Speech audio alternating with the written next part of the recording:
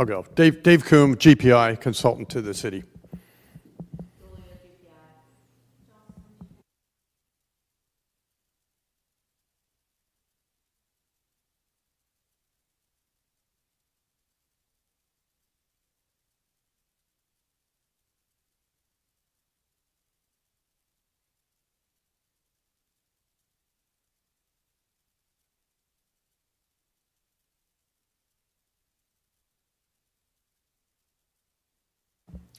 Does anyone have any general questions about the plan? We're looking to have the plan completed by the end of the year. And as I noted, so that will position the towns to apply for design and construction grants under the US DOT Safe Streets for All program. The projects are part of that plan. So that's why we need to make sure we get everybody's input and make sure that we're satisfied with the projects that are going to be listed in the plan. Yes, Mike. When you get to that point where you're in construction and looking for grant funding for different projects with safe streets, does it necessarily have to be by a school usually or not? Okay, so don't confuse this so I'm talking about the Safe Streets for All US DOT grant program. Don't confuse that with the Safe Routes to School program, which is a different program run through New Jersey DOT and the MPOs, which is also federally funded. Different program, but that is aligned with schools. And those programs have to have, the school districts or the towns have to have a travel plan as part of that, and then that enables them to apply for construction grants for Safe Routes to School for pedestrian safety improvements around schools. Different federal program. So it doesn't. They're up to 2 miles from the school. Yeah, I think so. Yeah. So that's another avenue for grants. Yes. One of the topics of discussion.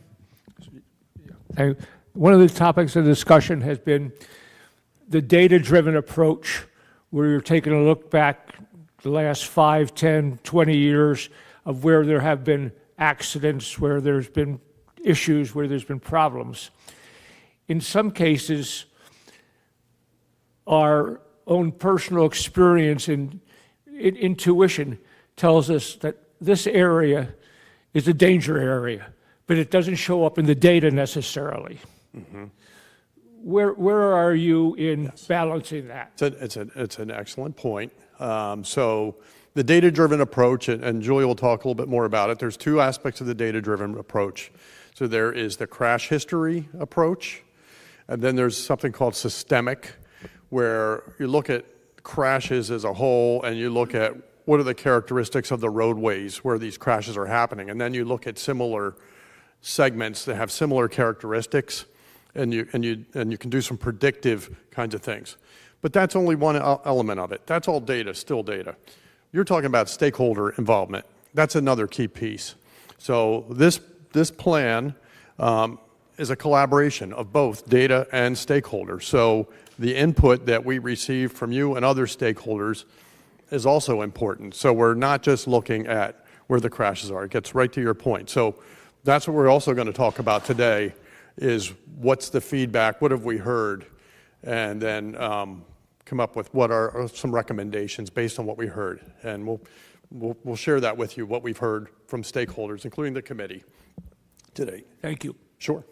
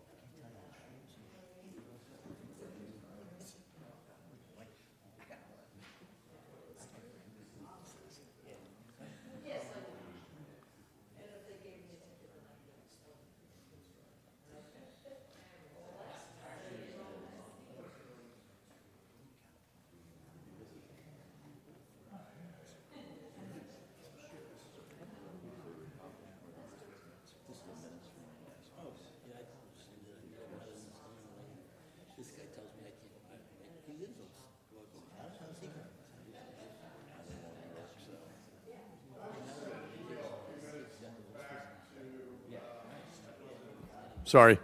I just sent an email a few minutes back to, on that, the steering committee meeting 2 summary, responded back, and I attached the presentation for this for those, because I understand that if folks can't see the screen if they're tuning in virtually.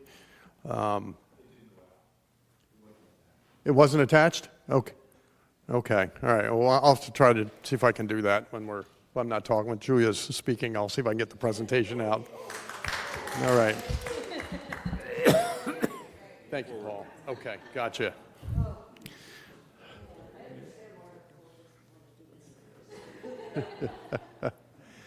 Okay. Thank you, Paul. All right, so we'll get moving here. So I briefly talked about the schedule. So you can see we are at August 14th. The next one we're showing is November 13th for steering committee meeting 4. We're going to see if we can maybe move that up into October and bring back discuss the draft plan. We'll get the draft plan out to you. The idea is the end of this month we'll have a draft plan and get it out to you. So you'll have a chance to chew on it in September, meet as a committee, discuss your comments, get them back to us, and then we can get back with you in October. So that's the overall schedule. Questions? Okay. Okay. Good. Okay.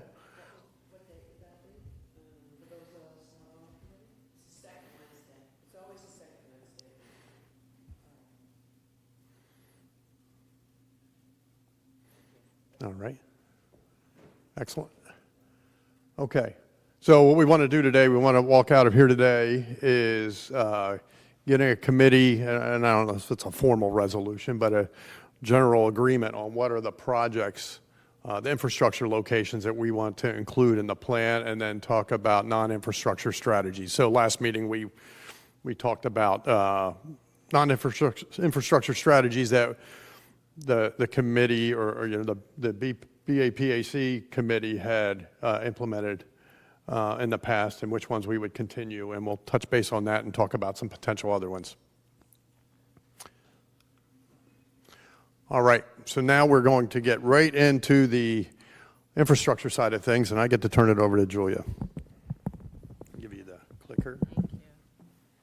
And I'll see if I can get this presentation out. All right, good morning. So I'm going to go through all the candidate locations and our project recommendations. I'm going to go through everything, and we're going to have a facilitated discussion afterwards. So I'm going to go into teacher mode now. So if you have any questions or comments, write them down, and then we'll go over them after when we get to the facilitated discussion. Okay. So we saw this last time. This was the data-driven portion where we looked at the hotspots and the systemic. So again, the hotspot is the crash history. The systemic is looking at the characteristics of locations that are similar to places that have had a crash history. And last time we identified 3 potential projects. I'm going to go through them really quickly. The first one is the intersection of Lafayette Street and Bank Street and Decatur Street. There's the picture. So we were looking at, that it was an offset intersection. There was no pedestrian crossing warning signs, things like that. So this was a potential project that I think the committee was on board with. So that's number 1.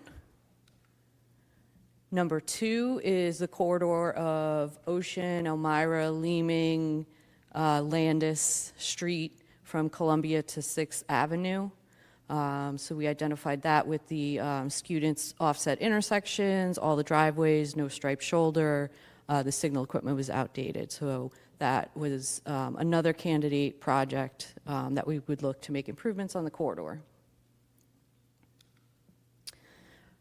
Location number 3 was Washington Street from Ocean to Sydney Avenue. And again, it's narrow roadway. We have the parking on one side that switches sides at some point, and then signal equipment is outdated. So that was another location that we went over last time. The systemic project recommendations, so we did a segment corridor analysis for lane departure and drowsy and distracted emphasis areas, so we remembered 3 out of 4. That turned out to be local roads with speeds of 25 miles an hour or less with a straight alignment were the ones that had those characteristics, which is a lot of the roads in Cape Island. So I think that ended up being about 200 segments that would qualify. And some of the recommended improvements would be to install wider edge lines or enhance parking stall areas, wayfinding signs, and lighting was something we decided that would stay in the toolbox. And then for intersections, which is the intersection and pedestrian bicyclist emphasis areas, local roads that are stop-controlled intersections. Again, that's a lot of the locations on the island. I think that was also in the 150 to 200 range.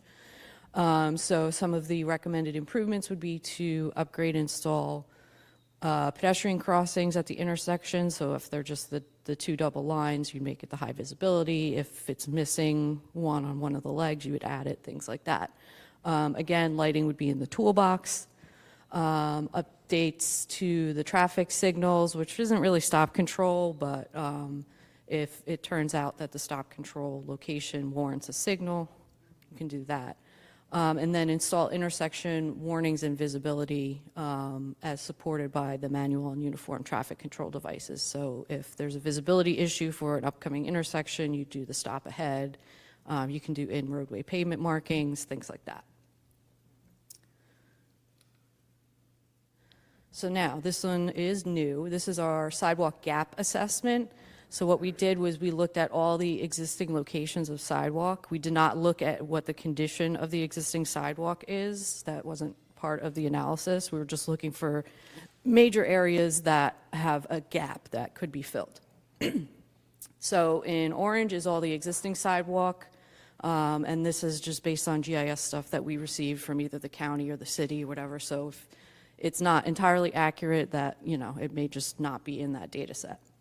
So the 2 gaps that we identified was Seashore Road, Broadway, from the West Cape May lower border to New England Seashore Road, and Delaware Avenue from Brooklyn to Wilmington. So those could be potential future projects as well. We also did a bicycle facility gap assessment for on-road facilities.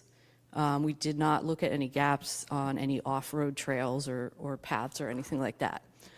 So what you see in green is what we identified, again, based on GIS information we received from either the county or the city or something that we did as part of analysis for our SJTPO contract.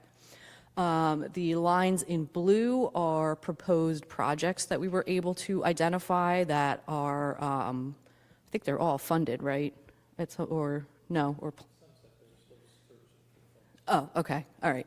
So besides Sunset. And then red are the gaps that we identified.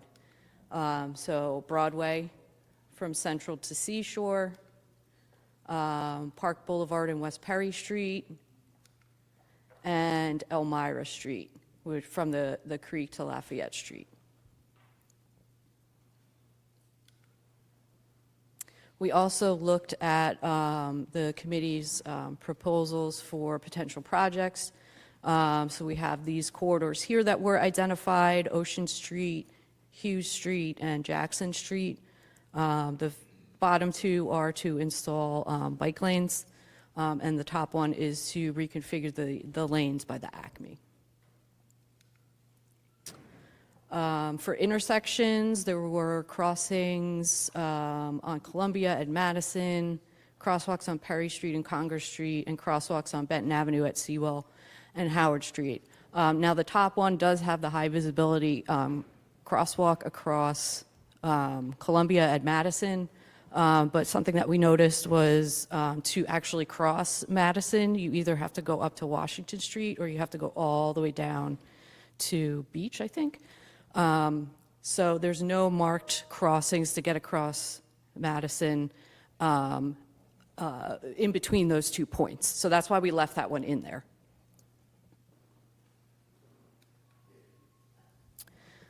And then these are the ones that were in your proposal, but we think appear to be addressed. So crosswalks at the end of Broad and Bank, Perry Street crosswalk at Carpenter Street, crosswalks on Jackson Perry Street at Broad Street, and the Beach Avenue bicycle lanes. This map is showing you all the input that we received either from the steering committee or stakeholders from the focus group meeting or from National Night Out, or any comments.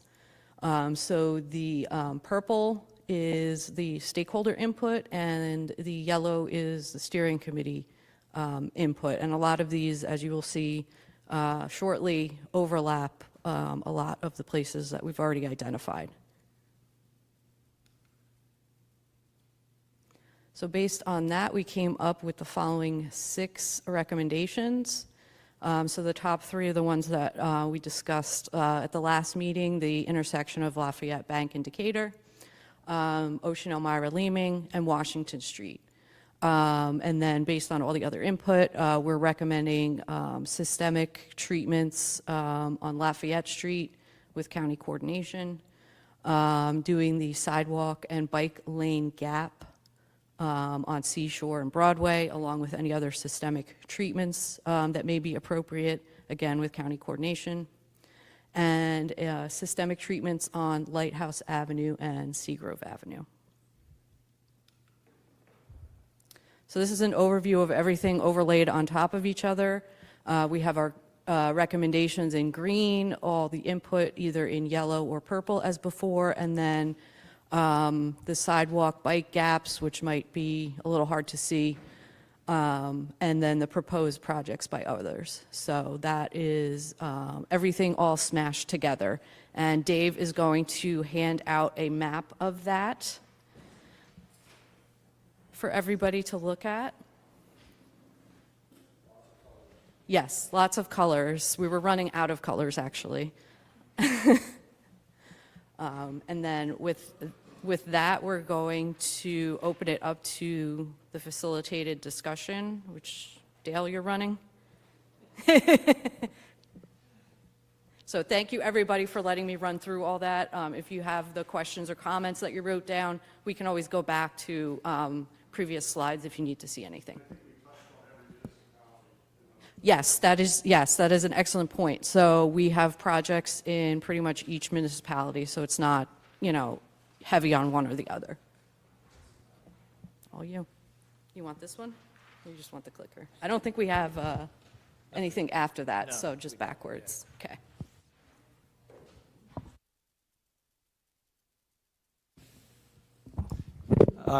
Let me start out by saying thank you for putting all that. This actually is super helpful in gathering all the data. I just want to point out that one of the discussions that we have had multiple times, including the last meeting, and Chief Facial actually was sitting here talking about it, is getting people off Broadway. It was the lead story in the Star and Wave, which was incorrectly written, but I have continuously talked about creating safe routes, safe route to school, safe routes for people to get to the beach and to get to town. This map, if I look at, and I'm sorry, I'm going to be parochial and just talk about West Cape May right now. If people live in West Cape May, there is not one safe route to the beach because they have to go on Broadway. And we've talked about this and talked about it. So I'm going to bring it up again, okay? We don't want people on Broadway because it's not safe. As you guys know, you probably drive down Broadway, and everybody uses it. So the only way to get people off it, we can't ban them, is to create safe routes to the beach. So on this map, I like that you're looking at Leeming and Elmira, but that doesn't take people to the beach. That takes them to downtown, which is awesome. Love that. We are doing, as you know, we're doing the sidewalks on Park, and there are bike lanes on Park. Okay, that's not showing on this map. We're also doing the roundabout. Okay, so the roundabout project is funded and all that. We need to make sure that we talk to the county and make sure that that gets bike lanes. But then you have a gap. If we could have a project where we could make sure that we have those streets lined down to the lifeguard station on, I guess that's Park and then Grant, that would take people safely from down Park, Central Park, all the way down to the beach. That's not happening here. Second thing, most of the people who live in the western half of West Cape May, which is to that side, every single person that I know turns on First Avenue, okay? And a lot of people go down Pacific, which is the parallel street. Right.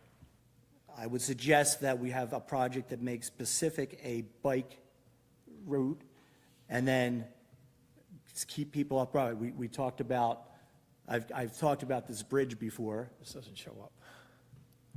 So I think, and that's, these are identified for physical improvements. The bike lane, I think for the bike projects, that'll be a project on itself to update the city bike plan, to figure out where all this is. I don't think that level of detail is going to be communicated in this. These are for other major projects to develop where the best route is and how to get them from point A to point B. That's a whole planning project that this project would recommend to fund as a separate project. So I don't think we can include those in I guess this. my confusion is that if it's not delineated on there, you've identified 6 funding projects so that if we want to go get a grant, those projects are the primary. If I say, hey, we want to do this, and there are projects along those routes that we're creating, they need to be identified so that we can get the grants to fund them. That's all I'm saying. The other thing, I would mention, in this program, this USDOT program, they have something called supplemental planning grants. So in addition to design and construction of infrastructure, could put in here supplemental planning, and then that would be, in there to do an update if we wanted to then have a study or future planning project to look at other routes. So that's another option, just throwing that out there, yeah. But I don't see how we can look at projects without talking about routes, the bicycle routes or the pedestrian routes. I mean, I live on Leeming. I'm looking at the screen and I'm saying, what the hell else are you gonna do with our street? I mean, we had sidewalks and we have so much traffic on Leeming in the last 14 years since I've moved there. It's crazy. It's just insane how much traffic we have coming down our street now. And speeding traffic, so, I mean, and I have a 6-year-old. I worry about that kid going out the front door. So, I mean, I want to know what's happening, but I also want to know that we're providing safe pedestrian and bicycle overlaid on top of everything else, not just the car traffic. So I don't think we can talk about one thing without talking about how the bikes are going and how people are walking. I also walk a lot of times from Leeming Avenue into the center of Cape May. And that area, that no-house zone, where the creek and everything is, we love that area. In fact, we cross over, look over the creek and see what's going on with whatever lives there. It is so dangerous there because cars go flying up there, and Cape May City has done a great job where they have that little thing that does the speed limit. But if you start walking on one side of the street, the sidewalk ends, so I understand that's supposed to be corrected. But, I'm not sure what you guys are talking about doing for infrastructure and projects. And I mean, I'm new to this, because this is the first time I actually knew about it and was able to come. So, I don't think how we can talk about one thing without identifying, as George is saying, what are people's paths going to be? Okay, so a couple things. So this plan is looking at all road users. So it's everybody. It's peds, it's bikes, it's micromobility, it's vehicles, unfortunately. Sounds like nobody here likes vehicles. And we're looking at on-road facilities. So the recommended areas that we're looking at are on roads. I think what George is talking about is having a completely separate bike path off of, in this particular case, Broadway, to get them off of that. That is where the planning effort would come in, where you could do a supplemental grant or something like that and have a planning effort. But for these on-road facilities, what can we do to provide a safe bicycle path in the interim? And I get that, but I think, because we walk to the beach, so I walk down Broadway, and I see the cars. The cars are backed up from the corner of Sunset Boulevard. They can be backed up. I've seen them backed up to West Side Market, and that's far. And then bikes are trying to get through, and even as a walker, you have to be careful, because people don't pay attention driving. But,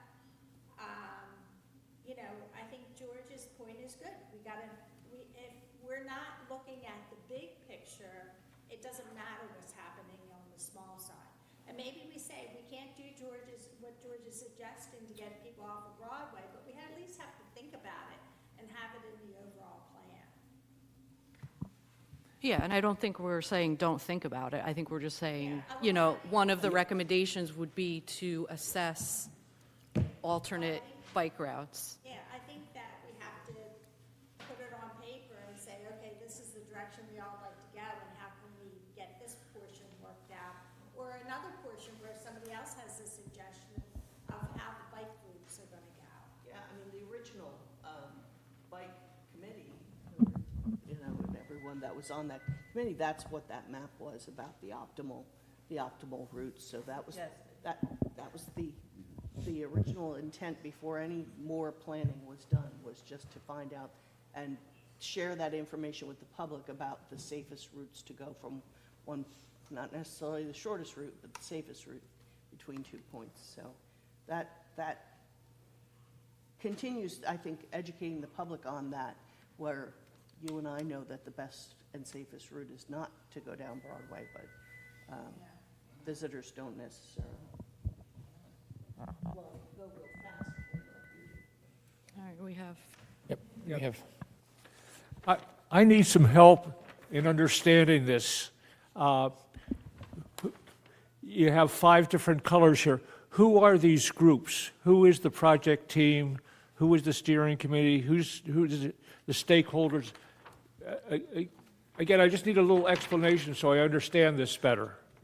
We're the project team, so those are the systematic and hotspot recommendations. Well, not necessarily No. systematic. Yeah, It was looking but- at everything all together. As a project team, these are the things that we looked at everything together. And so this is, based on what we heard, looking at the data, this is what we came up with. It was what's in green. So what we Like, are think- stakeholders people who live on that street, or? not necessarily, it's whoever we can get input from. So it was either at the focus group meeting or National Night Out, or whoever right. would talk to us, whoever's sent us information that's been passed along. The steering committee is you guys, so everybody in this room. And then Yes, we have. we had sidewalk gap closures, so that was looking at the sidewalks system and looking at the bike system and looking where there were gaps. So that's the red line, which there are a few up there, you can see. And then the blue was anything that's actually already on the books, proposed to be built. So you can see some of those things overlap, like steering committee was talking about Sunset Boulevard, but you also see a blue line on there because look, something's planned to happen there. So we factored all that together in our recommendations. Right, and that's what they are, they're recommendations. Based on compiling all this information, this is what we recommend. If you say, no, we don't want to put this one in the plan, This is what Right. they tell us. Right, or if there's something else we want to add or Or you wanna whatever. swap I mean, I heard George talking about Pacific and Grant, and Yeah. so there were some on-road things. It wasn't, it didn't sound like it was all off-road, right? So there were some. No, it's all existing roadway. Yeah. Yes. So Yeah.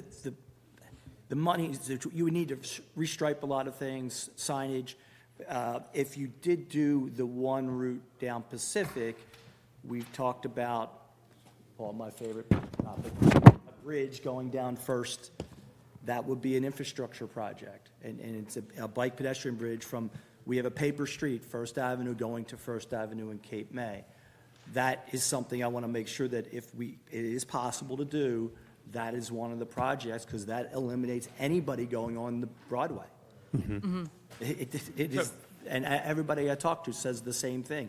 If everybody goes down Pacific from the west side of West Cape May, and they cross that, and Pacific and Sunset, I'm assuming that's going to be addressed by Bob Church when they do the project, and I've talked to him multiple times about making sure that we handle that intersection because of this.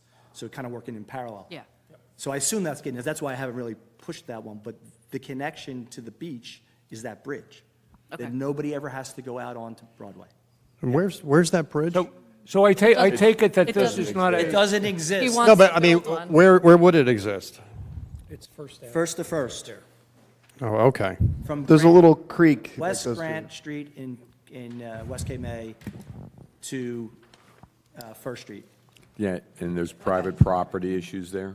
No, we own the. Where's First Street? It's a paper street. So there is a paper street going. And your side okay. is the street also. I just have two Yep. quick edits. Yeah, That's- Mayor. No other comment. One, the Madison Avenue, we did add crosswalks too between Washington and Beach. So that was recently. Across Madison? Yeah, across Madison. Locations were that? One's right next to the water tower, kind of right where it starts. Yeah, Michigan and, yeah. yeah, There's approximately 3 that were added. yeah, Corgi. Corgis, right before the water tower there on Columbia. And then I would say actually probably 3 more between there and the beach. I forget what roads were those cross Yeah, I sections. think And- New and Jersey that's was been another done one. New Jersey. So, I'm I sorry. can't That's been remember the done other one. since July of this year? Yes. Okay, because that was the Yeah, last recently. imagery we were able to collect was July, so. Yeah, okay. it was just. We're trying to stay ahead of you. You definitely are. And then the only, this is very minor, but I just wanted to make sure you saw that, I think the photo of Lighthouse, back maybe 1 or 2 slides, I think was a photo of Lafayette. I'm just so you see that number 6, I can't see it very well from back here, but it doesn't look like Lighthouse and Seagrove to me, but just so you see that. No, that's Lafayette. Anyways, just making sure you saw that. Yeah. Yeah, exactly. Yeah, swap 4 and 6 names. That's what, 4 and 6 should be flopped. But anyway, thank you. Sorry about that.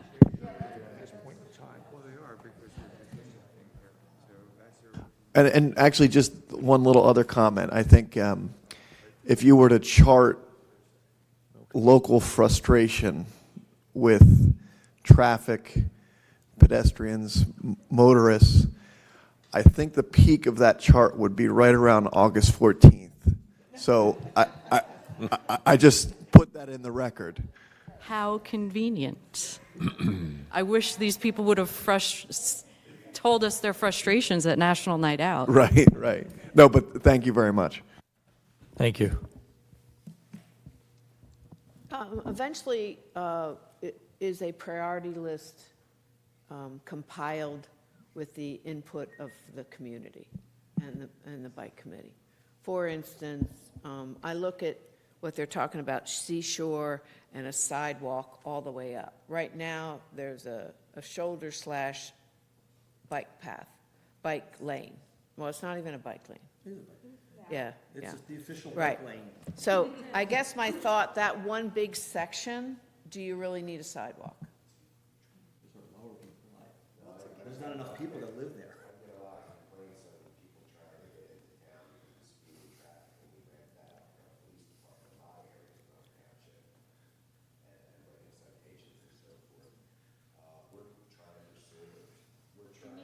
we're trying to pursue an alternate route into the Cape Mays from Seashore Road. I mean, I've met with Ronnie Town at AC Electric Right. 2 months ago.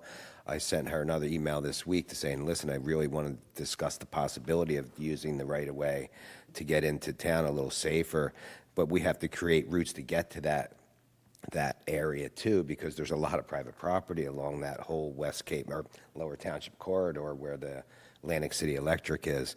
And I think with wetlands and wetland buffers, they can't pave back there either, but we could probably do something if we're granted the opportunity to create a safe route into the Cape Mays from Seashore Road, not on Seashore Road.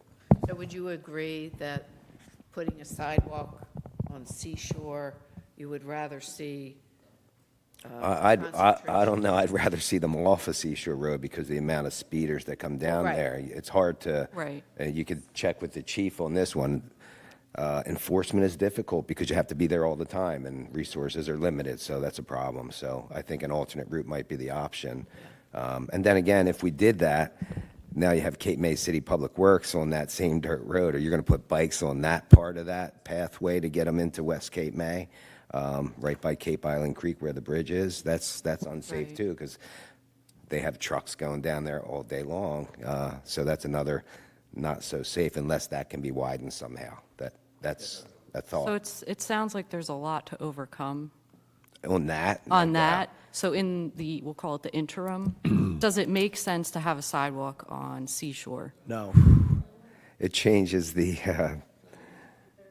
where we live, you know, we're putting sidewalks not enough everywhere. people. cost? It's also the cost that you would rather see that money go to the alternate or, Atlantic City Electric is not very open to creating that bike lane that we're talking about. Yeah, actually, when I talked to Ronnie, she said, send us an official letter and they'll rule on it. And the biggest issue for them is they're putting those giant metal. Yeah, they're Is replacing. that why they're widening that right now? So the reality is that when they do that project, it's the perfect time to add the trail, and she agreed with that. But the issue that we have is where do you tie in off of Seashore to get the people to that spot? Do you do The Sayre property? Do you do a little ramp off the bridge, which is an infrastructure project, which actually is, because you can tie in. Back by Oreo Pit back that way. Exactly, right as you get off, there's a little road, you can go off, but you have to be able to take a ramp off. So, I don't know, but I don't think So it's you on- don't- George, you don't want to if at close all possible, the I gap have a- on I have a- Seashore in the interim for people that might be walking up and down. I wanted to say that I also drive that road, frequently Seashore, and I see families trying to share the shoulder with dog walkers and bike riders. So, and sometimes golf carts. So having a sidewalk along there may be an improved safety, especially if it's going to take a long time to get a bike path off the road. Agree. And also, just to the general point, my sense of this planning is to identify areas of concern and possible future projects, not that we decide now on each project. Is that correct? Well, yeah, the goal right now is what projects are we going to recommend? So there's a very specific amount of money that's available from the Safe Streets and Roads, correct? I mean, our municipality is only going to be, the maximum we can get is 600,000? Is there? Not is there a limit? No, there's no cap. cap on the Safe Streets for All Okay. program. Yes. It's just competitive, and each year that goes by, it gets more and more competitive because you've got hundreds of communities doing the same action plan that we're doing. So that means that there's more and more projects becoming eligible for going after those federal dollars. Right. And if you go in with $1 million request, they're likely not going to give you the million. They're going That's to not- give you no, a not percentage, necessarily. or maybe Yeah. if you're in the door first, you get the million. If your project ranks Shovel well ready.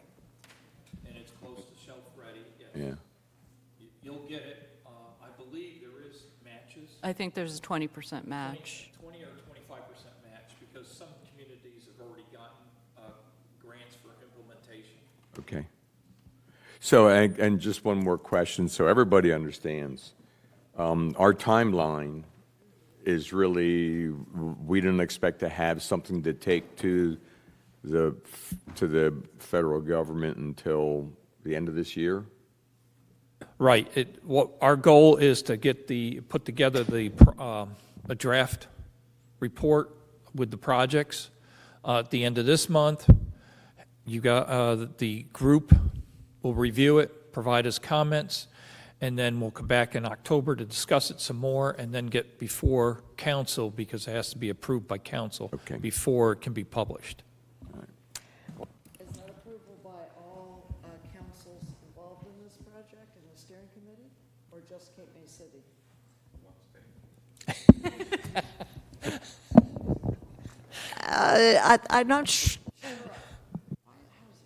I'm not sure that answers my question.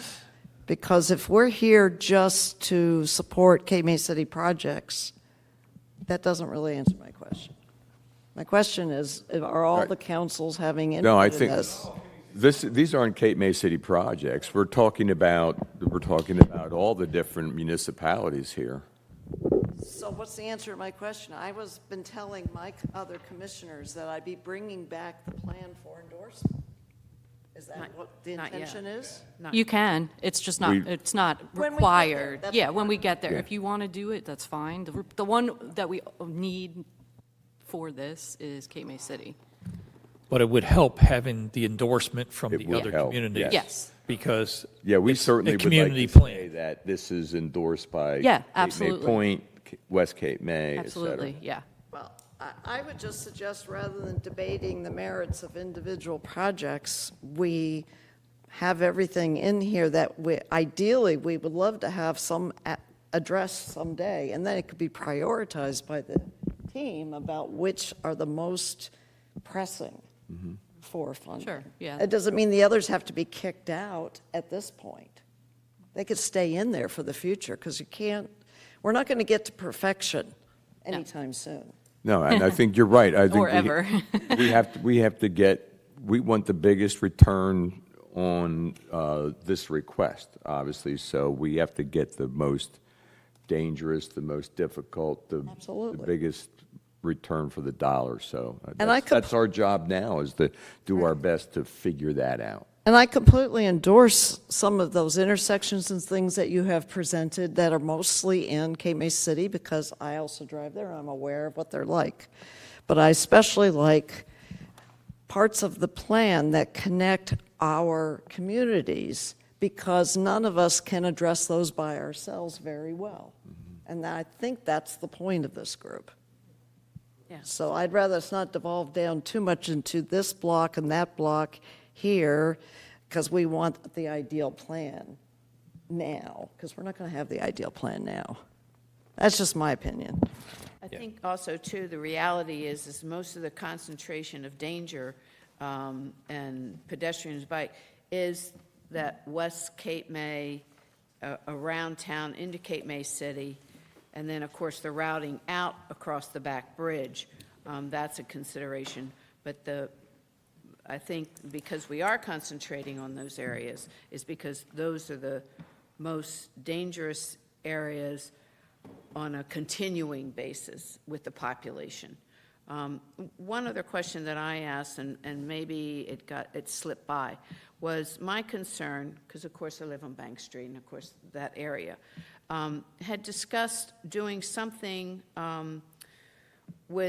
we have the routing, a great proposal for the bridge to get to the beach over by First Avenue.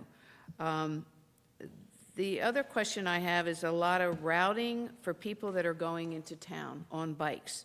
Pedestrians, yes, but on bikes, coming down Elmira, Leamy, Elmira, coming over to Bank, and then coming into town, and then some of those are coming to the beach on the town side, was looking at the area on Lyle, Decatur, Lafayette, around the park, Was there any consideration, I know one thing that I had brought up was somehow with that 2 lanes behind the gazebo to cut off traffic, regular traffic crossing over the mall.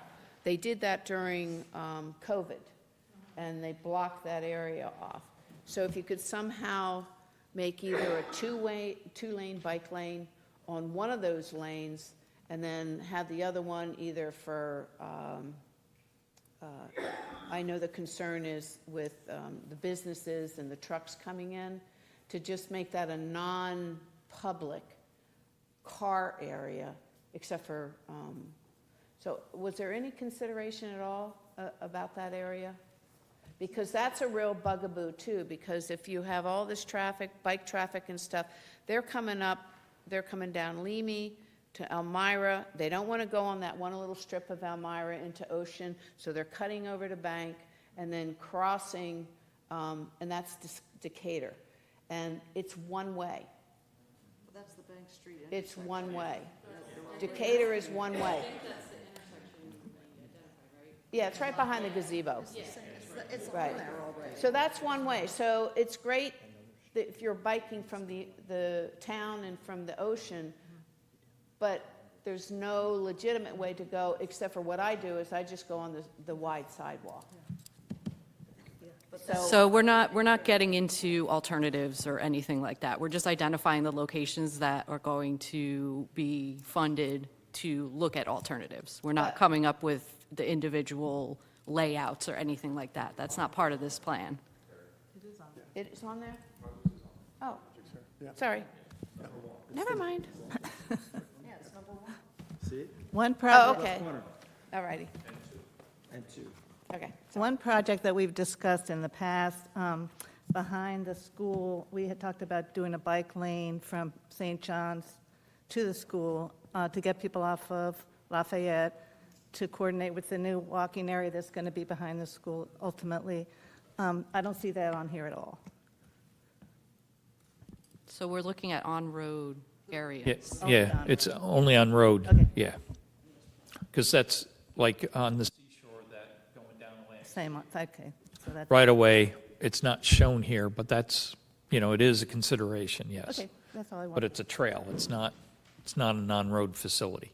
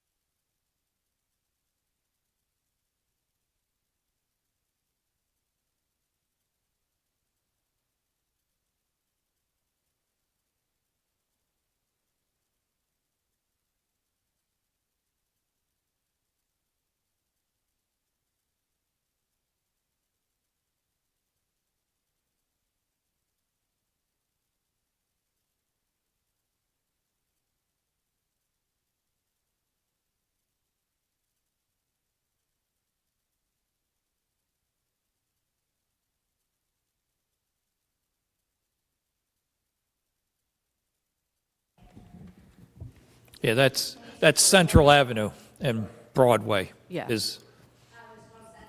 That's Central there, yeah. Yeah.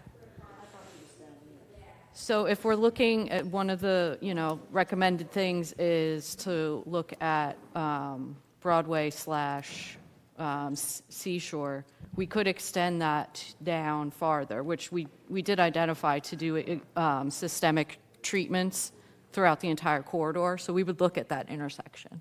And then Central and Park is a project that right now that West Cape May is moving forward with. So that we will be studying sidewalks, bike lanes as part of that project there, and it would go to that intersection. Should that be on there as, it should be blue, right, on there? Project by others that you guys are doing. Yeah. Very true. Yeah. This map has a lot of colors, so some of them might have gotten overridden. That is an existing Yes. project that probably ought to be on. Yes. It's blue. One more quick point, and it's always into the details, is I think with a big thing, like what they did in Cape May Point with the speed humps on, yeah, I mean, that's a number of places in town, West Cape May, even your alternate down Pacific is at some areas, and make sure those speed humps that bikes can still get around them. But those are real slowing down the traffic measures that I'd like to see in the city That's an done. implementation. So, again, it's the details in key areas to slow traffic down. Yeah, that was a county project that did those speed humps there on Cape and Lighthouse Avenue. Yes. But when we get down to the details, I'd like to see some of those key areas that you do factor those in. One thing I'd just like to ask about, because I can, Lower Township did a traffic study on Seagrove. Lower Township did a traffic study on Seagrove. I saw that written up. Can you tell us a little bit about We're that? in the process of meeting with our engineer at this point after that study to probably maybe do 2 to 3 speed tables on Seagrove. They're the speed humps you're talking about. Dal corrected me before, the speed tables, right? No. And we're finding locations where we think they will be prudent for slowing down the traffic on that road. Okay. Definitely a cut through. I like driving down there because the houses are nice, you know. I don't speed when I go down there.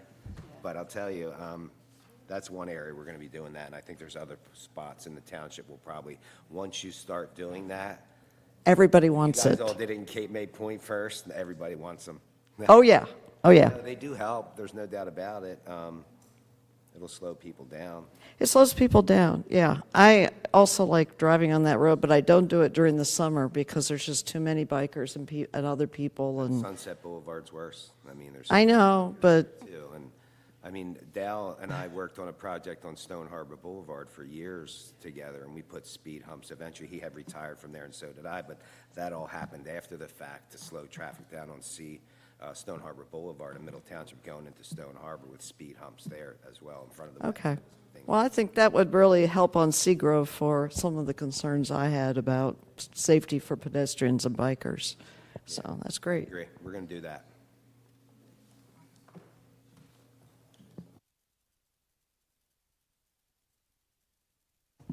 All right. I guess we'll summarize now what we've discussed. So we've talked about, the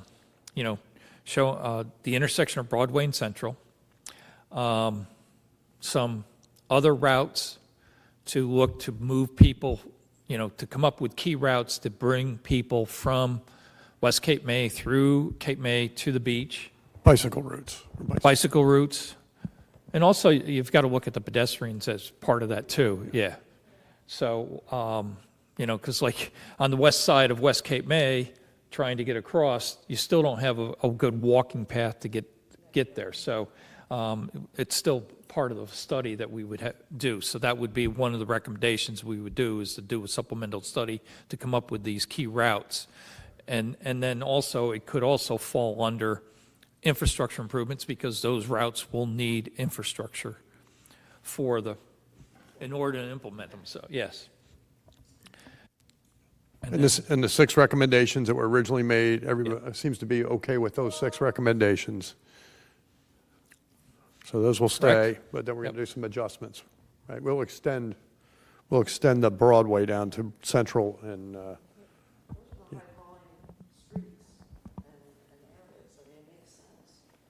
And then also on Lafayette and Bank Street in Decatur, we'll extend that to include Lyle. okay. So, and then the other item is speed humps to be considered in locations to also help in calming the traffic down, to slow it down. Does that roll into systemic potentially? It could. Yeah, okay. All right.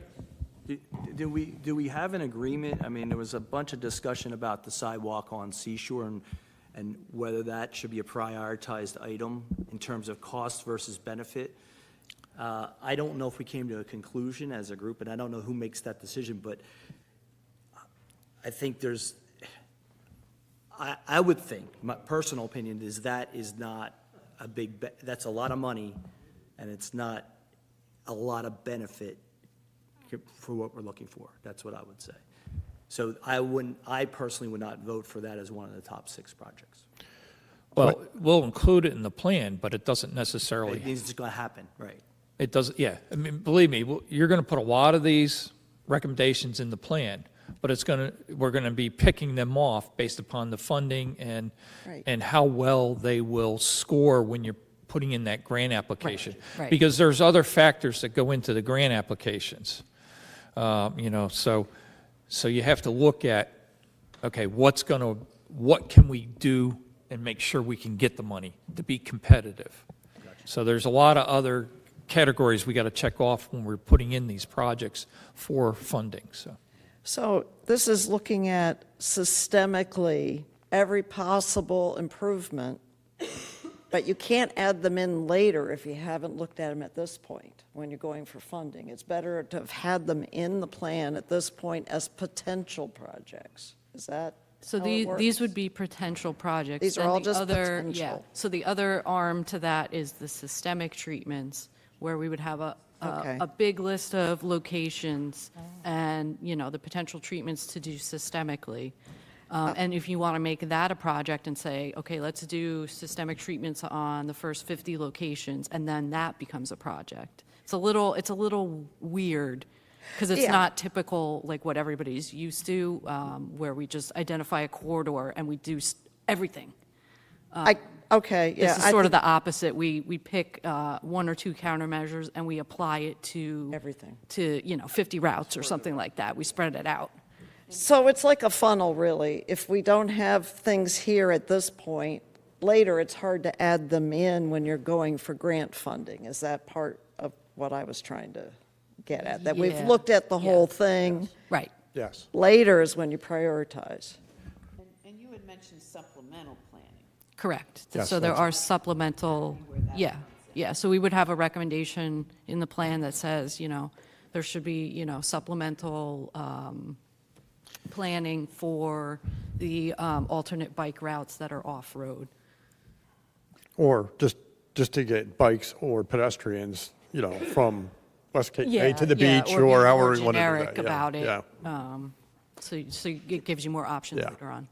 Is Perry Street between Cape May and West Cape May in number 5, is it represented here at all? Where we'll move into the roundabout, once you leave Cape May and you're on Perry Street and you're going towards the proposed roundabout, is that on here? It's not one of the 6. No, it's not. But it is on the map. Yeah, it says the sidewalk bike gap area. Okay, The gap. Sure. yeah.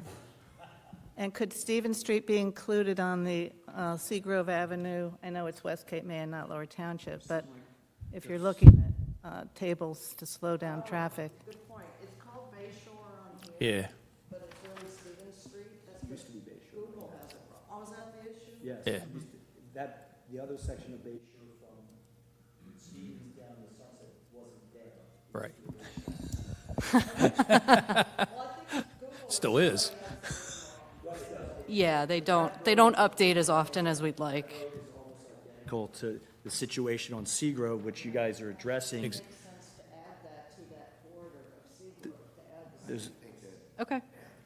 All the way to Fourth, Stevens. In the Sunset Boulevard. up to the, but up project. to the intersection at, what is that? Is that Fourth Avenue? To Fourth Avenue, so it'd be from here to here, right? Yeah, because it's all the continuous Right. tourism route. Sure. yeah, Yeah. there's winery there, there's farms, there's Hiller's house. Okay.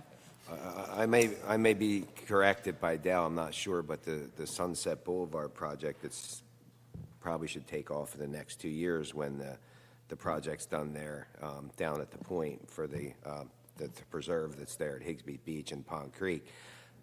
There's a huge project that we all know that's happening on Sunset Boulevard, and at that time, I know they'll have crosswalks at Seagrove and Stevens Street and some of those intersections there to slow people down. That's all part of that plan, but that's 2026, 7. Yeah, they're not going to start till towards the end of '26, and there'll be a little bit of overlap with Pond Creek, but they're talking. I connected them so that they would both know what the other one was doing. But the quicker fix would be like speed humps on Stevens and on Seagrove. Seagrove is happening. I'd That have would to be take the a look. quicker fix for routing. What's that? We would love a grant for Stevens. And definitely, we would do the same thing as with Seagrove. It's an extension, it is, and we probably would figure out if we can use the easements and widen the road. So I'm excited about all these inter-community connection routes that none of us can do on our own well and address the whole route. So I like that we're taking this approach. Very good. So we'll move on to non-infrastructure strategies. Okay, and turn it over to Dave. Okay. So this should be easier. So thank you all for that discussion. Yeah, that's what I think, right? Okay. So recap, the last steering committee meeting, we went through the non-infrastructure strategies that were in the bike ped plan of 2016 and said, hey, are we continuing these? Are they done? Whatever. And we identified for each of these categories which ones were supported to continue. So just briefly to recap those, under public education and awareness, said we wanted to continue the public service announcements and brochures on safety topics, publish a bike map, highlight and promote the bike ped improvements and assets. There was a question mark about applying to become a bike or walk-friendly community. Said, hey, maybe we'll talk about that at the next meeting. So whether we want to discuss that or not. Then we go to school-related. The items that were noted to continue were integrating education programs into school curriculum, encouraging walking school buses or bike trains. And I should say utilize, not utility, utilize Safe Routes to School or TMA resources to encourage biking and walking to school. So that's those two categories. Training, so the committee said they wanted to continue partnering with community groups to provide bicycle training. And then on enforcement, implement a ped safety enforcement program and institute a community-oriented traffic calming campaign. So this is what you all said at the last meeting. Okay, so we went to the focus group. We had our focus group meeting and our national night out, and we have all the backup data. But just to summarize, what are the key takeaways that we heard from folks on that? And I know some of you were on either the focus group meeting or a couple of you were at National Night Out. So biking and walking were clearly at the top for the safety issues in comparison to driving or low-speed vehicles. The top audiences, visitors and tourists and youth. And how to reach them, I think overwhelmingly, and the numbers there represent how many responses. So it's a small sample of folks. We did not have 50 people responding between the focus group and the National Night Out, so it's not a big group. But overwhelmingly, social media seems to be an idea for how to get messages out, followed by vehicle rental businesses and tour operators. So we had a question about what's the best way to improve safety for elementary, middle school students. And the top non-infrastructure answers were school competition recognition seemed like people liked that one, along with police education and then continuing the walking school buses and bike trains. So that was something. Yeah, Terry. What would the school competition recognition be? Well, you could set up a competition for students to come up with a video or come up with a social media post and have a competition for that, how to promote safety, how to encourage safety among students. Or, you recognize students that are doing something to advocate safety in their community, things like that. So that would be at the elementary, middle school level. And then we talk about high school students, videos and discussions in schools, guest speakers, and police education, which we're already doing to some degree. So those were some of what we're hearing people thought would be most effective. Then we asked them, what do you think are the most important enforcement issues? And distracted driving, cell phone use, and speeding, aggressive driving rose at the top. And then locations of concern, which we factored into our map, are there listed on the left. And a couple comments we received from folks. This sounds like what I'm hearing from George, the top bullet there on additional comments. Or that was about a bike path over the canal and through to Park Boulevard. Transit bus drivers seem to be something that folks complained about a little bit. Someone suggested requiring the house renters to post information about road safety and rules, if they're not already. An island-wide speed campaign with signage was suggested, and there was concerns about golf cart usage in bike lanes. So those are some additional comments that we heard.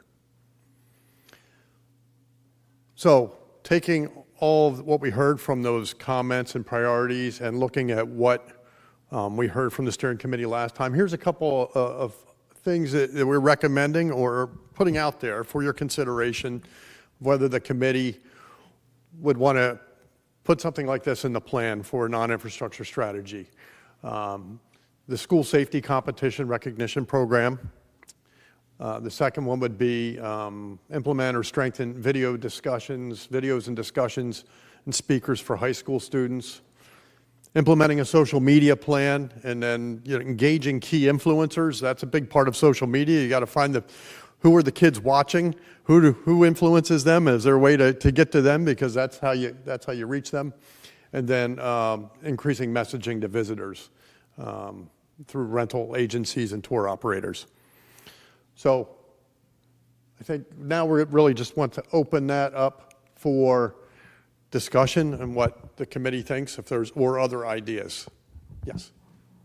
Local businesses, the contractors who drive the trucks around town, some of them are very respectful. Like McGarry Landscaping has trucks all over town. They go the speed limit, and they're really good about it. And I've seen them not just on our street, but I've seen them in other locations. They really pay attention. I've had other businesses who come in on the island, and I know, like, especially as it gets close to Memorial Day, they're rushing around. But I've had somebody ride my rear end of my car and actually called the business about it, because I was like, this is ridiculous, you know? But, the businesses have to know that the island is not going to tolerate their trucks speeding around. And the way I combat it is I go to the speed limit. I don't go a mile away. And I think that we have to, as our own community, we have to kind of help enforce it, because there is not enough police resources for them to be everywhere. We have to say, we're going to go to the speed limit, and I think that could be kind of a campaign for the people who live here. We want this to be a safe community. When you're driving, you can't be on your phone, you can't be, you have to go to the speed limit. Just do the speed limit, and people will eventually get it. Okay. Thank you. If I can add to that, I'd like to add the public works people, along with the businesses. I'm seeing a lot of the public works, the recycle trucks are going way over the speed limit. And so I'd like to see that a little bit mentioned, to add to that as well. So what do you think a strategy would be that we would put in the plan for those items? What would be a strategy? Well, for the businesses, the people who are coming in and doing business, a lot of them have to get building permits. They need to be, be given the information, sign off on it.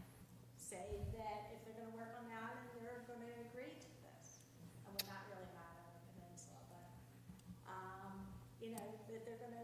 that they're gonna take responsibility for the workers. Okay. And what about public works? Same thing. Training? It's just some, continually bringing it up and reminding them, just reminding them. Okay. Okay. There's a question back there. Solve the whole mess, put a big sign at the bridge that says 25 miles an hour. Make the seashore, bayshore, Make the whole island 25. and now 40. The putt-putts go up there, they go on Stimson, which is 25, and they can't go anywhere, but they do. They're not allowed on the seashore, but they do. They go up Sharp Pike, they're not allowed, but they do. Just make it 25, the whole island, and put cameras up. If you have cameras up. I'm going with 20. Well, not on Broadway. County won't. The county will do 25, that's it. They can't, that's right. From an enforcement standpoint, when you can't have the police everywhere. But you could have speed bumps. You can't have Humps. them everywhere. And, at least on your major streets, and get them to slow down without having a policeman at every corner. Yeah. I mean, I'll tell you the comment on leaving, I would love to have speed bumps, but Humps. emergency vehicles use it every single day. And when Cape May City's fire, oh my God, fire trucks roaring down the street, I don't know how many times. Yeah. Sometimes 10 times a day. Yeah. It's like, couldn't wait for that firehouse to be done. And, the police go screaming down the street all the time. They're allowed to if they're responding to an emergency. Yeah, I know. Just saying. I mean, I'm not saying it's bad, but everybody will never agree to speed bumps on Lincoln Avenue. Yeah, well, and we're kind of getting a drift of what the focus of this is. This is about behavioral, not about infrastructure. So speed bump is an infrastructure change, right? So this is talking about how do we change behavior, right? A lot of it is training and. Those are two different things, too. The sign to say, and maybe at the bridges, we kind of get tough about it. So maybe signing, billboards, messaging. So I think that was in there, one of the island-wide speed campaign signage. So that was mentioned. So yeah. A lot of your stuff is focused in towards the school kids, and, the school kids here ride, but I'll tell you, we don't ride bikes in July and August here. I'm too afraid. It's dangerous. And even if you go, we're on Leeming, if we go into the side of West Cape May that's on the other side of Broadway, people go flying up those streets too. So I don't know what the solution is. Okay. So those four that are up there, is there support for number one? Sure, I like that one. I think that's always good. Am I hearing that as a consensus? Support for number one? All right, how about number two? Is there support for number two? For high school kids, are they going to listen? You'd be surprised, they actually do listen. Yeah. They won't tell you they're listening. That's correct. That's exactly how it works. Is there consensus for number two? There is, okay. How about number three, implementing social media? No. I hear mixed reviews on that, yeah. Not for students, maybe for reaching adults and businesses, and then maybe you could get some of the local businesses to sign on to being a safe we have safe drivers, we endorse the Cape Island Safe Driving Campaign. That would be how you might be able to use social media. So why are you saying not students? Because there's a lot of, because we're not going to be able to keep ahead of which social media they're following in time to actually plan something for them to watch. That is a fair point, yes. Okay? And if we promote something, they're not going to watch it because it's not cool. That's why you need an influencer. That's why you got to get to the influencers. You got to get the people they watch Okay. to help you promote that, You right? could try to do that. I'm just saying that it's probably not the most effective, and there are Got to get Taylor Swift to put a message out there, right? Right. there are more recommendations coming out nationwide that Timothy. teenagers and children should not be on social media, so I would not gear that as a way to reach them from a government entity. Timothy Chalamet, he was here. Is that his name? They all follow him, get him for the filming. Yeah. That Bob, So what am I hearing? 3? No?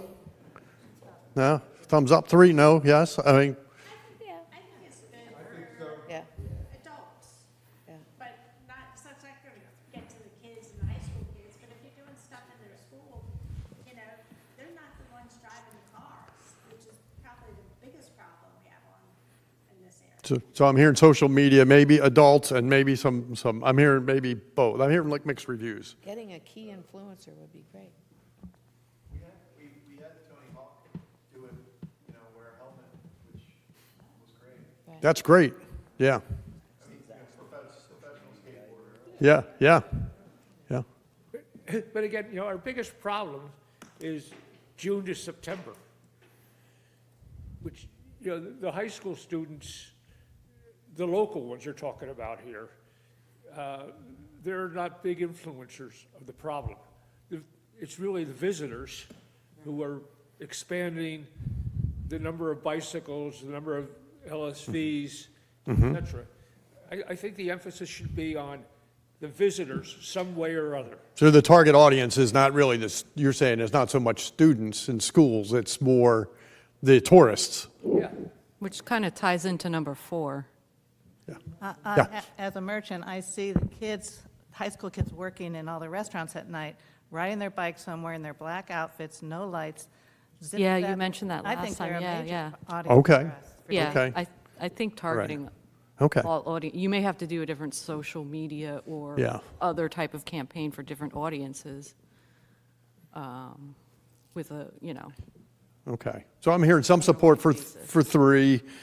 I know there's some dissension in that about adults versus students, but I hear there's some support on that. What about, and then increasing number 4, messaging to visitors through the rental and tour operators, yes?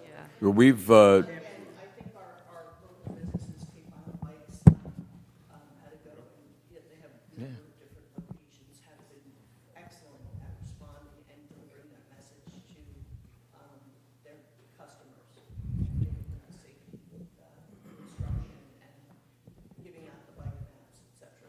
They were always very good about that. That's great. yeah, Yeah. Cape May City had a group that actually met with all of the folks from, yes, right. And, I mean, they have brochures and the like that they gave, and all those operators were all extremely cooperative, very anxious to help us out. I think you ought to add Also- realtors to that list, too. We also targeted property owners who are renting their Yeah. properties. People bring their own LSVs sometimes, but they also rent LSVs themselves, so, So Bob, I missed what you said. What? Realtors. yeah. So what I'm hearing, we're already doing it, but do we think there's room to strengthen it and increase it? I think always, and it probably should be Okay. repetitive, Okay, Repetitive. okay. So we can supplement those. So any other thoughts? So we will add these to the existing list that we already have from the committee, as these are additional strategies, if what I'm hearing is a consensus on these. Yeah, Include the e-bikes and scooters and all which are not necessarily rented, they're just privately held. That seems to be probably about half the volume. so this was about going through the rental agencies and the tour operators, right? that's- Right. So do they, if they're renting, you don't think they rent the e-bikes? Not everybody rents. They do. but I They think do a rent lot of those too? people have their Okay. own, or they have those low-speed Yeah, vehicle, yeah. scooters and all. E-bikes, scooters, yeah, all that. So, I live on Corgi Street, and I have to look both ways on a Right. one-way street all the time because Right. they're just zipping around in the dark, and it's scary. so the question is, so we're talking about messaging to get to the rental agencies for those, but you're saying for folks that are have e-bikes, they're not renting them. You know, would these other three strategies, along with what was already out there in terms of messaging to students, et cetera, help to get to those I think kids? number three would help with Yeah. the social media, but I think by far and away, it's got to be a different way of reaching the private Yeah. owners, Okay. which are restaurant workers, our residents and Right. visitors, of course. There is a second homeowners on Facebook group that a lot of people put stuff up and about, you know, if they're having issues or whatever, or how do you handle, but maybe somebody could be, putting stuff up about these issues. Okay. Yeah, that would be great. Yep. Good. Good. Okay. I'll add real quick if I can. As I watch this program, and I've been at most of these meetings, I've been here a long time. I've watched the roads change. I've watched them develop. I've watched us turn from a 7, 8, or a 3-month town as far as tourists is concerned, even in Lower Township. We run all the way through December. We have January and maybe a little bit of February off. The increase in traffic has made our jobs a little bit harder. But most of this comes back to our enforcement as police officers, and my job to make sure that my officers, at the instruction of the manager's office, and the mayor and the council, and both boroughs. So I listen to all three. So my job is to make sure that we're doing our job to increase our enforcement, and which we have through the LSV committee, through the bike safety committee. We've been out there, we have the positive helmet program that we're doing. Not that this is off, again, going adrift, however, but we're doing most of these things here. It definitely could be increased. My promise to this committee and the people that are here and those that are watching is that we at the Cape May Police Department that covers West Cape May, and Cape May Point will continue to do our job to enforce it. It starts at our ground level. My patrol division is made up of 20 officers plus the Class 2s and 1s that work here. We're as strong as we can be. I don't care if I have 5 guys working, it's still our job to enforce these laws. So as best we can, we'll continue to do that. That's my promise to you.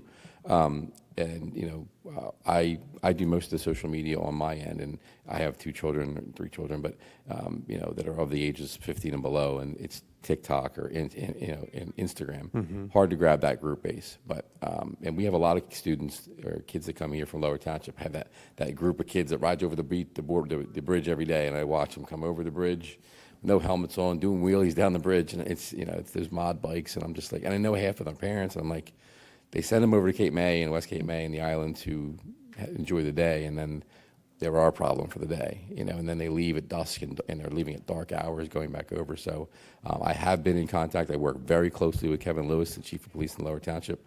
We just got together on an LSV issue because a lot of the LSVs were shooting over the bridge using our roads that aren't, they're over 40 miles an hour, and not, they're, people complain, and I will give credit to all of the LSV and bike retailers and sellers here in town. They're very attentive, and they'll put whatever message out that we give them, instructions. Their instructions, when I speak to Tally at Cape May Carts, her instruction list is like long. People take it, they put it in the glove box, and they just drive on. She's like, Chief, I can't control what they do when they leave here. Same thing with both of the bike shops. When they leave here, I give them a helmet, but if they don't wear it, it's whose problem is it, So continuing our enforcement is a large part of this. We'll do that and continue that. And again, that's my promise to you. So any questions or concerns on the enforcement end of it, I can answer. I did have a report for Jeff when he asked me, but I figured we'd wait for this presentation to come about. I did send you that report as far as the accidents that had happened. It was a low number, but that, there's still people falling off bikes. There's still people, coming down Broadway. I cringe every time I drive down Broadway coming past Bella Vita, like, oh my goodness, why are you driving on this road? I was present when the accident happened with the bus driver. Well, the bicyclist fell into the bus path and killed her. It was her fault. However, it was still unfortunate. I deal with Sunset Boulevard, even in Cape May Point. I'm both ways when we speak about the calming devices the Cape May Point put in. I think they work for Cape May Point. I don't know that they would work for everywhere in Cape May City, but I'm willing to try. I like the feel when I roll into Stone Harbor. It slows you down going into Stone Harbor. Going back a little bit to your street, before this council or this borough commissioners was in, probably 15 years ago, they actually had a speed hump there, which are illegal, and it just kind of people hit it and they just get mad and they go faster when they go past it. So it's a very busy road. I do travel it. The fire department, when they were here, they were coming across there pretty loud and proud. People do crazy things. They do. We had a fire, sorry to interrupt. That's okay. But across the street, and there were fire trucks there, and people were trying to get around the fire trucks. I tell people all the time, they come to Cape May to enjoy their vacation. I just want them to slow down and smell the salt air. That's my point. I tell people here, there's 2 points here. Come here on vacation, don't leave on probation. Come here and smell the salt air and slow down. So again, to add to this, we will continue our enforcement effort. I will work along with Chief Lewis as far as the connection point between ourselves, because he also covers parts of Sunset Boulevard. Mr. Laffey will, I'm sure we'll return to him, maybe send a few extra officers down there, run some speeds. We can run it concurrently with Lower and slow some speeds down there on that connection into Cape May Point. I do feel maybe Sunset Boulevard could maybe be evened out. It jumps speeds. There's 2 different speed levels there. I think three, when you get towards Sunset, maybe just have one consistent speed going across there. The county, and I think the ask to the county is, hey, we can't do it, but again, it's together. No, I spoke to Bob Church just 10 days ago in Yes, sir. regards to that. And there's a formula that they have to follow, the state formula. There is. There's no doubt, but we want that to happen, so. We do. Take that route and let's figure out how we can do Yeah, that. it's collectively. Definitely collectively. I do agree with Ken as far as that's concerned. Make it the island. Like, listen, you go to Wildwood, the speed limit's 25. The whole island. Stone Harbor Boulevard. You know what I mean? So there is a formula, just like the manager said. Both managers have said that. So 40 on Sunset Boulevard, I'm sorry. It's okay. It's 40 on Sunset Boulevard, there's no houses there, and that's part of the, Dal, you can correct me or at least send me in the right direction. That's why that's 40 there, and it's at the end of the road, right before you get to the gift shop. I mean, that's. And I think our fight now, Manager Laffey, is that in 2 years you're going to have a very busy area down there with all that traffic that's going to be that you're putting in there. So maybe that's our reach. Hey, you've now added these walkways and paths back there. It's going to become busier just because there's no houses there. The traffic and bicycles are going to get. Ken's going to want to go down that trail.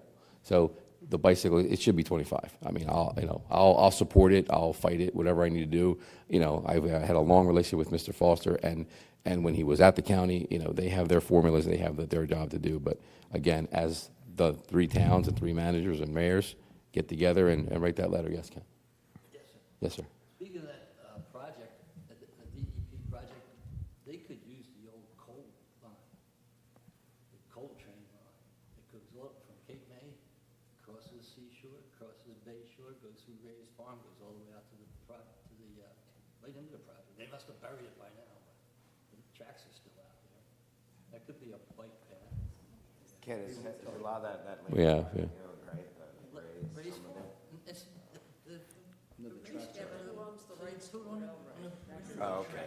New Jersey Transit does, yeah. Anyway, I'll end there. Like I said, we'll continue our enforcement. We could do better. We could do more. It's not that we're too busy or whatever. It's just we're busy. So we can't be everywhere. So, I respectfully to all 3 of my towns commissioners as are here, and Mr. Laffey as far as that, and these committees and GPI.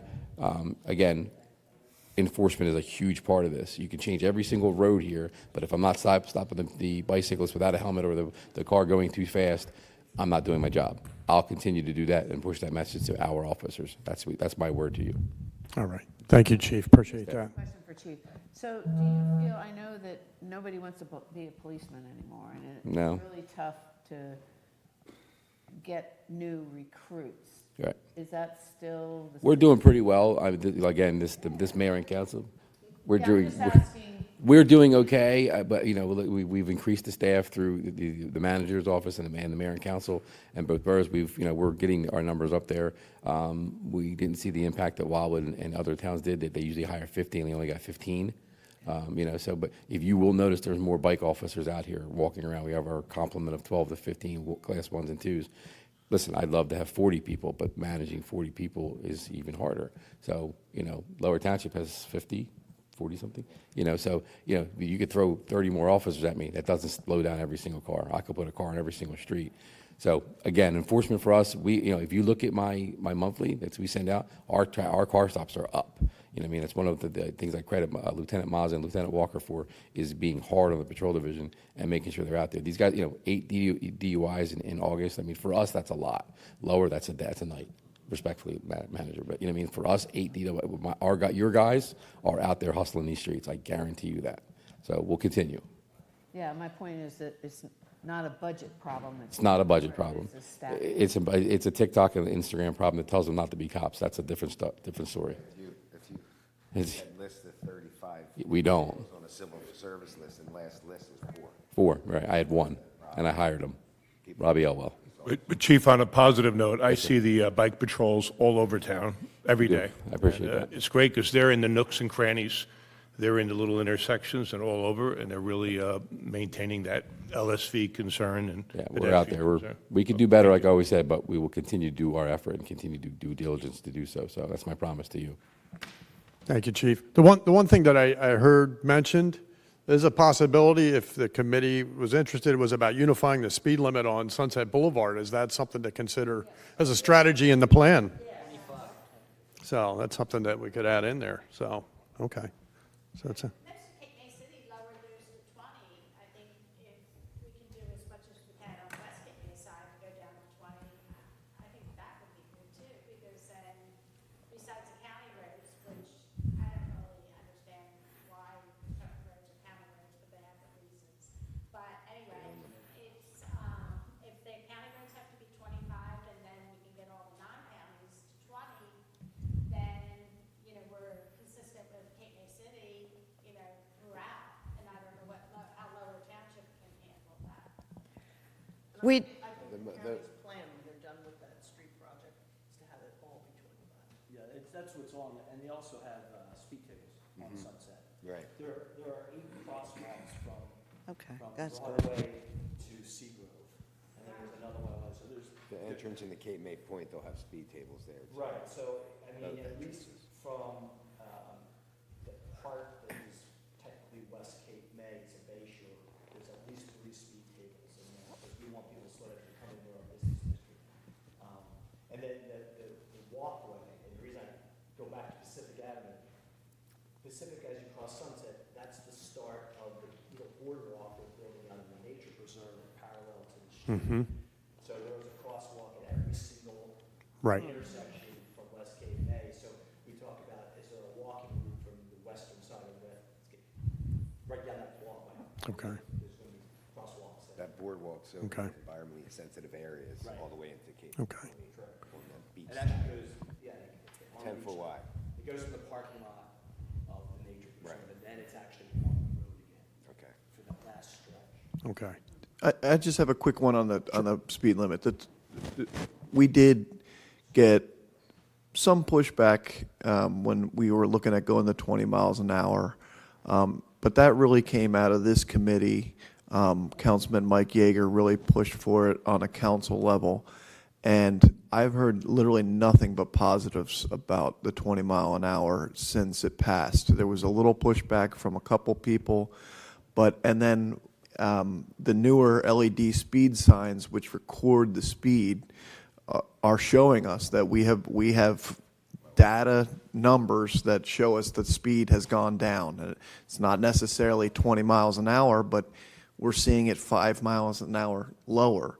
And, what we did to talk about that a little bit was like, hey, if you start at the top of Washington and end up down at the mall, from Riggins at the turn there and down to the mall, what's the difference in 5 miles an hour? And it's like seconds. It's not even minutes, right? So the amount of data that shows accidents and at that reduced speed made all the sense in the world to me. Again, had a little bit of pushback to start, but since then have had nothing but compliments. And I just say that to this group that helped push that through. And lastly, I got a photo sent to me by someone that I just thought was kind of funny. It was a speed sign, and they had, and it was, I forget what community it was, but they had the 20 mile an hour speed signs, but every other one said 20 is plenty.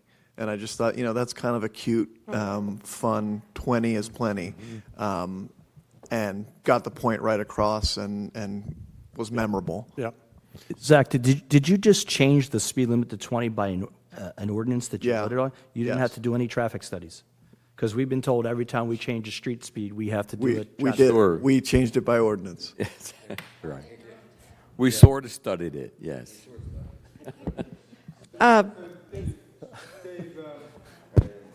Dave, I've been sitting here listening, and I mean, you know, to coin that old term, it takes a village to accomplish something. Well, between enforcement, between calming traffic through infrastructure, between communication via all these other techniques, I mean, this is a sort of, as we've been saying all along, comprehensive. And if we can calm traffic with infrastructure, then we don't need the enforcement so much, because it's, you know, those kinds of things. I mean, these are obvious, but yes. Right. So I guess, yeah, go ahead, Catherine. I was just going to add, when we were talking about lowering the speed limit island-wide, we were very happy in Cape May Point when we were able to get the county to lower it to 25 on Lighthouse and on Cape, because those are county roads. But we made the decision to leave it at 25 for all the roads in Cape May Point, because during the season when there are a lot of people there, the streets appear narrow because of all the vehicles and all the people, and we walk on our streets. We don't have sidewalks.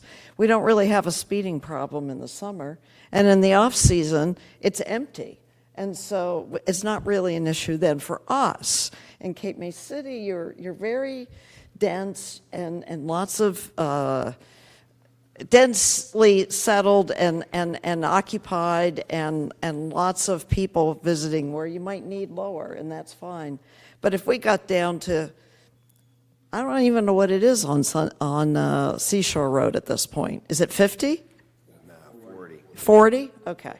But, you know, if you got that down to 30 or 25, that'd be great. But I think going down to 20 on the whole island is going to be difficult in the rural areas. And there are rural areas of Lower Township that they're not going to be thrilled with 20 miles an hour, so. People who live along the rural areas don't like it doing 40 either. They put up the little signs everywhere, please slow down, please, God, slow down. I'm just saying you don't necessarily need to go from 40 to 20, that's all. So, you know, as you're all speaking, I'm thinking about what are we going to put in this draft plan, right? So, two things. So we'll go back to Sunset. We'll check with Cape May County, see what their ultimate plan is. If that's a unified plan for speed limits there, then we won't. But if it's not, then maybe we'll put something in suggesting a unified plan. Regarding the speed limits as a whole, you know, a strategy, would the committee be amenable to, you know, I don't know how, we don't have to get real specific, but do we say consider lowered speed limits? I don't know how we would frame it, or do we don't address it in the plan? I guess that's what I'm trying to figure out. What would you see as a, you know, putting in the plan regarding speed limits? Anything about that, or? Consistency. I mean, there's not a lot of speed limits over 25. You have Seashore coming in, it's 40. Yeah. Bay Shore is 35. New England Road's 35. 40. Oh, I'm sorry, it is 40, you're right, toward the end. So there's really only 3 roads that are affected, and the question is, can we convince the county to get it down to 25? So. Stone Harbor is what? 35. 35. Stone Harbor Boulevard? Yeah. So we got a call from people who are watching the live streaming, and they cannot hear anybody who's not using the microphone. So please, you know, keep it close, and if you're talking, so, you know, as a courtesy for the people watching the live stream. Plus, if they watch the replay, they can't hear it either, so. Thank you. Dale, any thoughts with your background, like on a strategy for speed limits? Do we address it in the plan? Say more like lowering where possible, be more consistent. I do. On streets.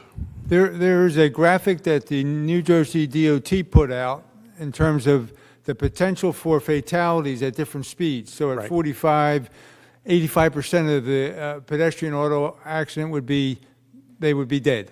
Yeah. And each 5 mile an hour increment, increases the likelihood of a survival. So, I mean, that alone, to me, makes total sense. Yeah.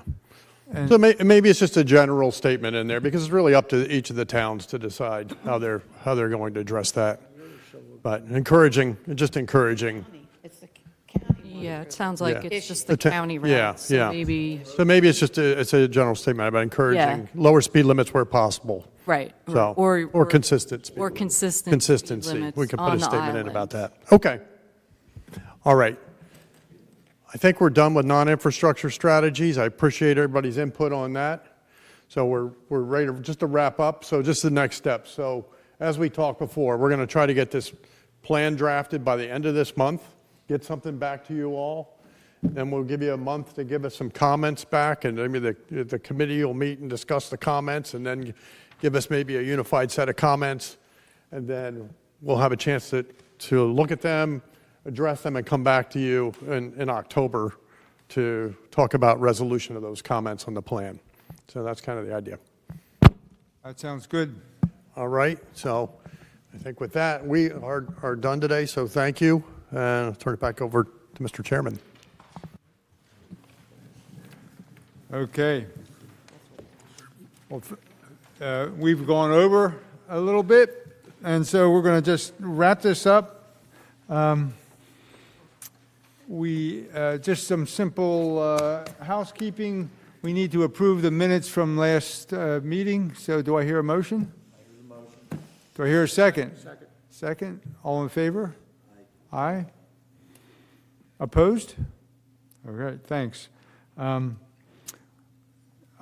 Ken Holland is a potential new member. If he's interested in joining us, the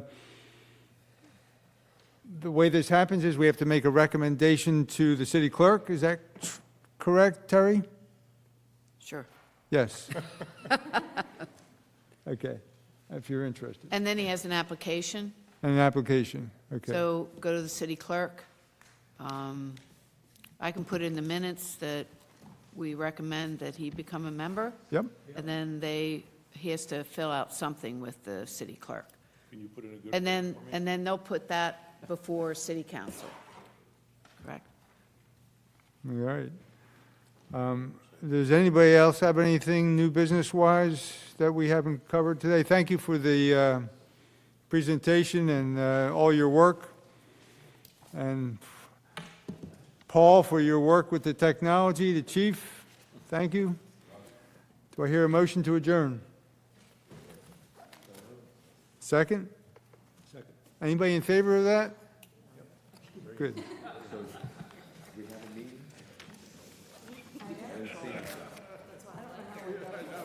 So our,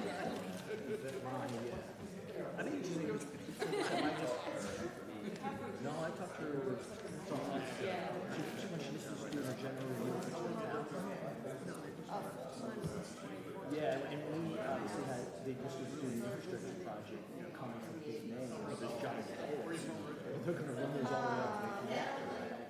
Which they need to do, I mean, that, for storing that. That's the perfect time. And she's like, so you submit a proposal, which you want to do. Okay. We'll review it. Yeah, we'll do it.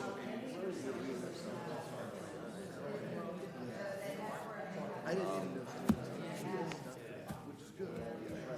I didn't want to say anything. He's in. let me take a picture of that.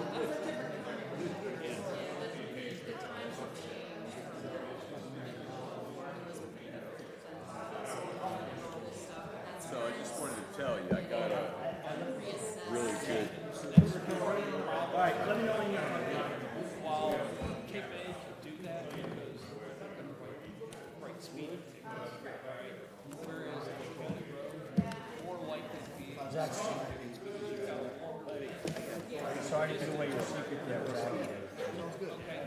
Sorry to give away your secret. What was that? Oh, yeah, Little Myrtle, which is like right about. yeah, right.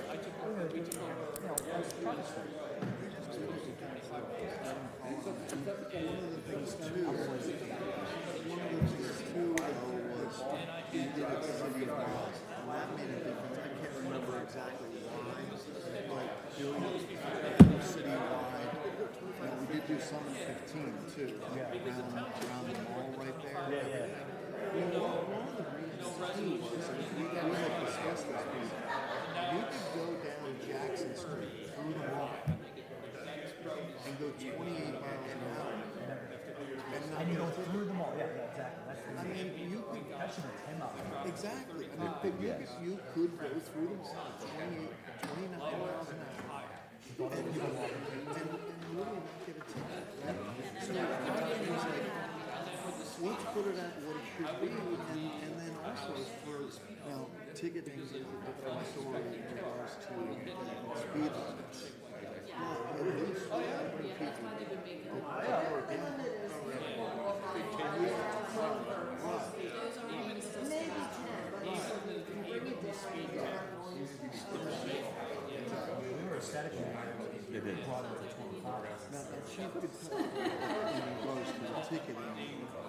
But at least people it doesn't stick. So if somebody's going 30, they're going 5 miles But you know, the data we're getting from the signs is so clear that people have slowed down. No, there's clearly. It's hard to get a corner. I go down Washington, I'm like, I'm going 24. Well, you watch it though. Yeah, well, that's just something we put up when I was on Broadway. Right. And I look like where the sign is, and I watch people and they all slow down. Yeah. But we can't change Broadway. Yeah, no, exactly. Yeah. And that's the count. So they'll be 25 anyway. Well, we had flight being restarted. Yeah. And they just, That's great.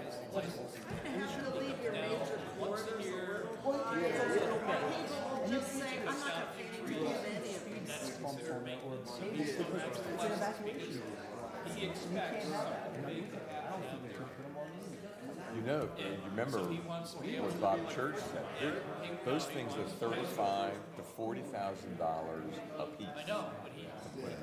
I mean, that's like, oh my God, you'll burn most of your grant up doing a couple of feet. Yeah. But. Fine, how are you? I'm good. You're fighting the good fight. We're trying. I don't know how the licensing agreement works. You're the point, I take it. Yes. That was the issue. Been there a long time?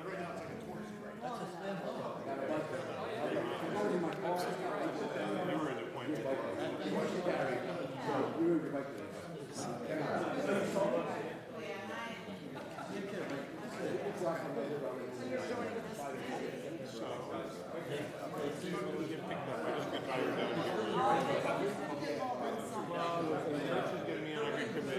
We're doing the auxiliary in the town, the coast guard. That needs I'm going to keep out of trouble. Really?